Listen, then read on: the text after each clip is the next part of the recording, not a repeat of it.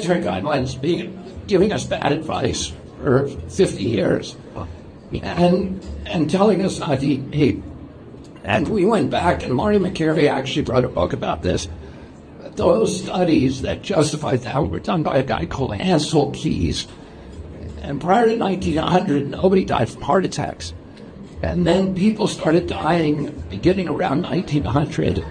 But it wasn't a major concern until Dwight Eisenhower, when he was president, had a heart attack in 1955. Americans all over became concerned with heart attacks. And Ancel Keys, at that time, was best friends with President Eisenhower's doctor.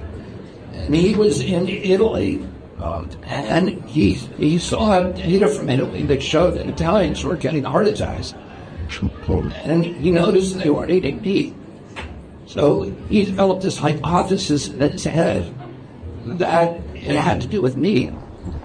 So he did a study. He originally included 15 nations, including Germany, which eats a tremendous amount of meat, and the UK, which eats a lot of meat, Switzerland, which eats a lot of meat. And when he got the data back, he saw that those countries, the coastal countries, which eat a lot less meat, were not any better than the countries that ate meat. So he just dropped all the meat-eating countries out of that study. He committed an act of deception because he got a lot of publicity about this. It was in Time magazine and all over the country, and then he got himself appointed to the board of the American Heart Association. And he took a lot of money from Procter & Gamble, which at that time was trying to market margarine,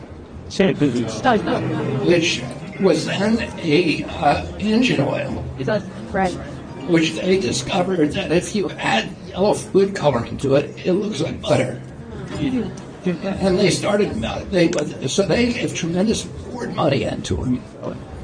And he became very, very prominent. And then when a lot of scientists began disagreeing with him, including the WHO, they engineered the destruction of their reputations, their silencing, the destruction in some cases of their careers. And for 70 years, we've lived with this lie.